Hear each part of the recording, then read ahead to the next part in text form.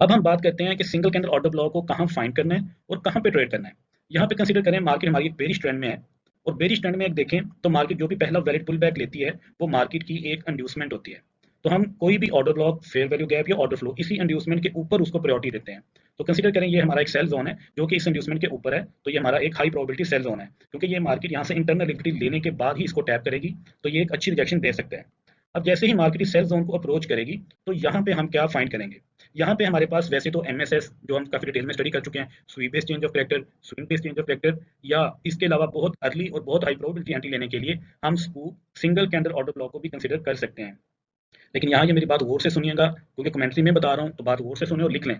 अगर तो ये M15 का ट्रेंड है तो पहली प्रायोरिटी आपने देनी है कि मार्केट M15 पे ही सिंगल कैंडल ऑर्डर ब्लॉक बनाए, जो यहाँ इस सेल जोन में रिजेक्शन से बनेगा। वो कैसा होगा, वो कुछ आपको मार्केट ऐसा सिंगल कैंडल ऑर्डर ब्लॉक बना के दिखाएगी, जिसमें मार्केट जैसे ही फेयर वैल्यू गैप या आपके सेल जोन में टैप करेगी तो मिडल कैंडल प्रीवियस कैंडल की लिफ्ट स्वीप करे, थर्ड कैंडल उसके नीचे क्लोज करे, और उसके साथ अगर फेयर वैल्यू गैप बन जाए तो ये high probability single candle order block consider होगा।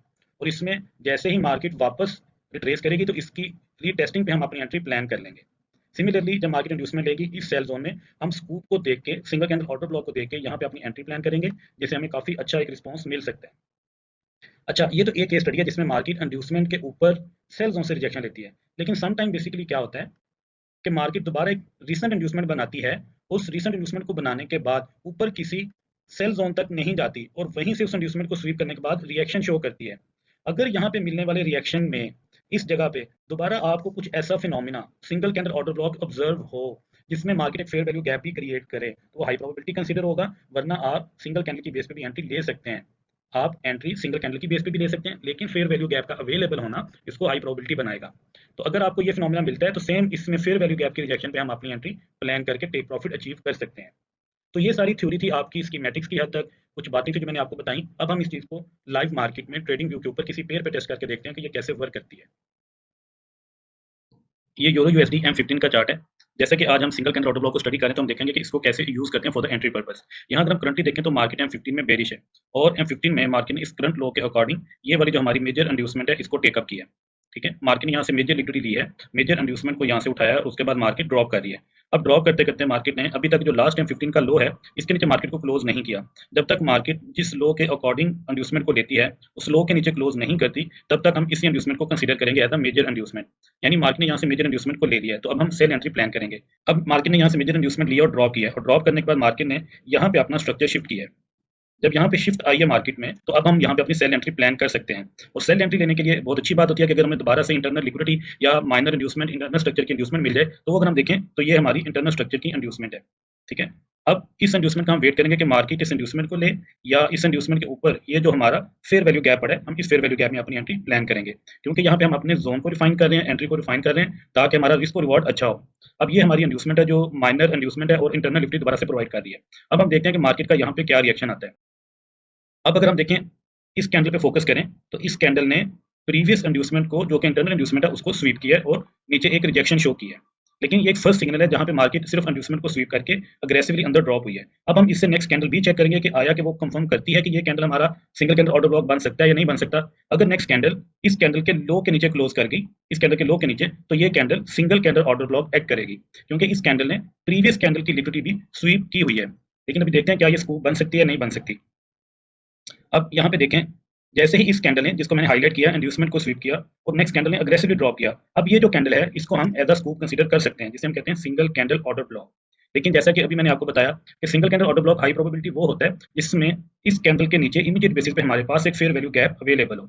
अब इसको रिफाइन करने के लिए अगर हम M5 पे चले जाएं, जैसा कि ये M5 का चार्ट है, और यहाँ देखें मार्केट ने जैसे ही इस इंड्यूसमेंट को क्लीन किया और मार्केट ने जो कैंडल ड्रॉप की है, अगर मैं यहाँ उस कैंडल को हाईलाइट करूँ, ये जो कैंडल है, तो आप यहाँ देखें M15 के चार्ट के बाद अगर हम 5 पे फोकस करें तो यहाँ पे 3 रेड कैंडल्स बनी हैं बड़ी बड़ी, यानी एक अग्रेसिव ड्रॉप आया है और इसके अंदर इटसेल्फ एक फेयर वैल्यू गैप अवेलेबल है। अगर मैं उसको मार्क करूं तो वो ये वाला जोन बनता है। इट्स मीन कि अब ये जो सिंगल कैंडल ऑर्डर ब्लॉक है ये हमारे पास एक हाई प्रोबेबिलिटी कैंडल है ट्रेड करने के लिए। अब जैसे ही मार्केट इसको रीटेस्ट करेगी तो हम यहाँ अपनी एंट्री प्लान करेंगे बिल्कुल इसके इमीडिएट रीटेस्ट पे, और स्टॉप लॉस जो स्कूप कैंडल है उससे हाईली कोई 1 से 1.5 पीप ऊपर, और टेक प्रॉफिट प्रीवियस लो जहां से मार्केट अभी तक उठ के आ रही है, हम इस लो को as a first take profit target करेंगे। अब हम देखते हैं कि मार्केट कैसे रिएक्ट करती है इस स्कूप के ऊपर।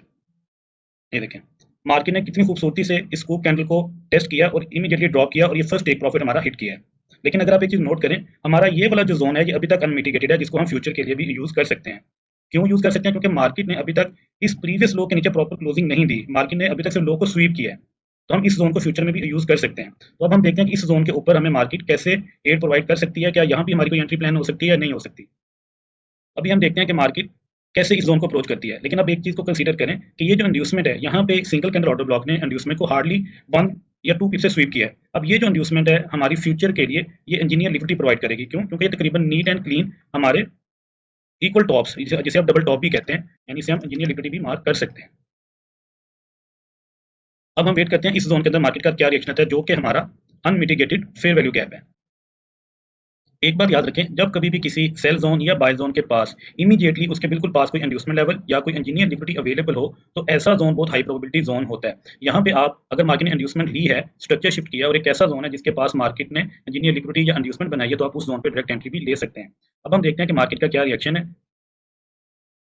अब देखिए मार्केट हमारी इंजीनियर लिक्विडिटी के पास आ गई है और बिल्कुल इमीडिएट बेसिस पे हमारा ऊपर फेयर वैल्यू गैप है और मार्केट ने इसको टैप कर दिया है। अब क्योंकि मार्केट ने मेजर इंड्यूसमेंट को ले लिया और स्ट्रक्चर को शिफ्ट कर दिया है, तो हाई प्रोबेबिलिटी है कि मार्केट इस टॉप को स्वीप नहीं कर पाएगी। तो यहाँ पे हम पहले अपनी अग्रेसिव एंट्री ले सकते हैं और अपना एसएल इस प्रीवियस टॉप के ऊपर रख सकते हैं। और पहला टारगेट हमारा क्या होगा? वही लो जहां से मार्केट मूव करते हुए आके हमारे जोन तक आई है। तो एसएमसी ट्रेडर बखूबी ये बात समझते हैं कि मार्केट जहां से उठ के वापस आती है किसी जोन तक, वही लो हमारा पहला टेक प्रॉफिट टारगेट होता है। अब ये हमारी पहली एंट्री है और इसमें देखते हैं कि मार्केट हमें कैसे एड प्रोवाइड करती है। अब देखिए हम काफी स्ट्रॉन्ग रिएक्शन आ रहा है, मार्केट यहाँ से ड्रॉप होना शुरू हो गई है, फर्दर ड्रॉप हो रही है।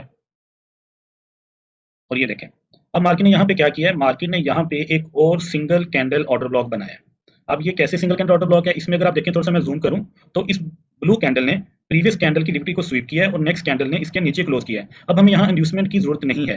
इंड्यूसमेंट की जरूरत क्यों नहीं है? क्योंकि मार्केट ऑलरेडी मेजर स्ट्रक्चर की मेजर इंड्यूसमेंट लेने के बाद स्ट्रक्चर को शिफ्ट कर चुकी है और नियरली मार्केट ने इंजीनियर लिक्विडिटी ली है। तो यहाँ पे भी हम अपनी डायरेक्ट एंट्री प्लान कर सकते हैं, जो कि हमें एक अच्छा रिस्क रिवॉर्ड प्रोवाइड कर सकती है।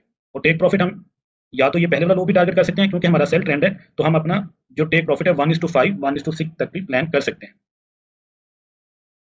ये देखिए कितना ब्यूटीफुली मार्केट यहाँ से ड्रॉप कर रही है। क्यों? क्योंकि यहाँ पे मार्केट के पास इस सिंगल कैंडल ऑर्डर ब्लॉक के बिल्कुल नीचे इमीडिएट बेसिस पे एक फेयर वैल्यू गैप भी क्रिएट हुआ, जिसने इसको मजीद हाई प्रोबेबिलिटी बना दिया। तो ऐसे जो सिंगल कैंडल ऑर्डर ब्लॉक्स होते हैं, ये हाई प्रोबेबिलिटी ट्रेड प्रोवाइड करते हैं और काफी